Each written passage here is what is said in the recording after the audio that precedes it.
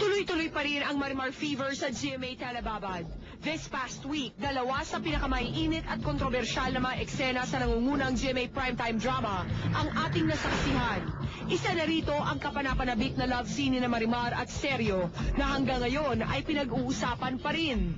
Matagal raw pinaghandaan ni Marian at Dingdong ang pagsabak sa eksenang ito. Kaya naman napabilib nila ang direktor ng Marimar na si Binibining Joyce Bernal nang makuha nila ito sa isang take lang.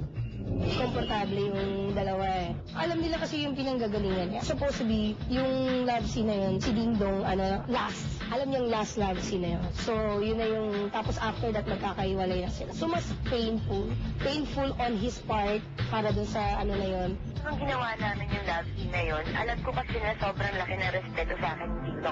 Kaya tiwala akong gawin yung eksena na yun. At syempre sa motivation din ni directors kung paano yung gagawin namin. Pero ang obserbasyon ng ilang nakakita sa eksena, mukhang na-carry away ang dalawa sa tindi ng love scene na ito. Si Marian, alam niya yung trabaho niya. Alam niya yung trabaho niya. Alam niya gagawin niya to. Alam niya yung trabaho lang to. Siguro komportable siya kay Dingdong because he's very, gentleman siya talaga eh. So meron silang rapport na silang dalawa lang yung nakakaintindi. As actors, siyempre we're on our own kung paano namin interpret.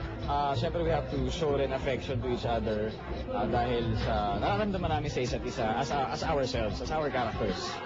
Ang pangit namang sabihin kung hindi ako naiilang kasi parang sobrang komportable ka naman.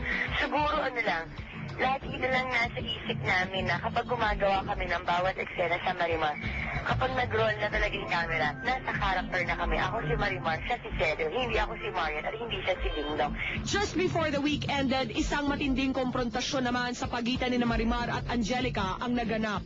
Isang fight scene na hindi raw ginamitan ng stunt double, kaya lahat ito totoong totoo. Kaya pati si Sweet na kasama sa eksena, nasaktan din.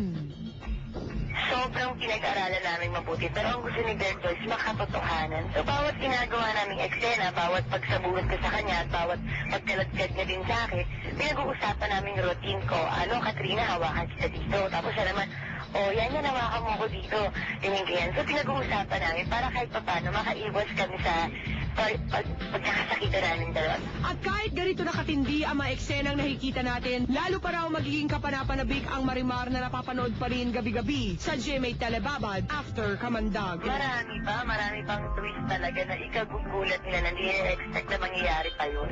Well, sa Monday, malalaman na nila kung ano talaga mangyayari sa kasal namin ni Angelica. Matutuloy ba o hindi? Ano mangyayari? Si Marimar ba ay makakahabol o hindi?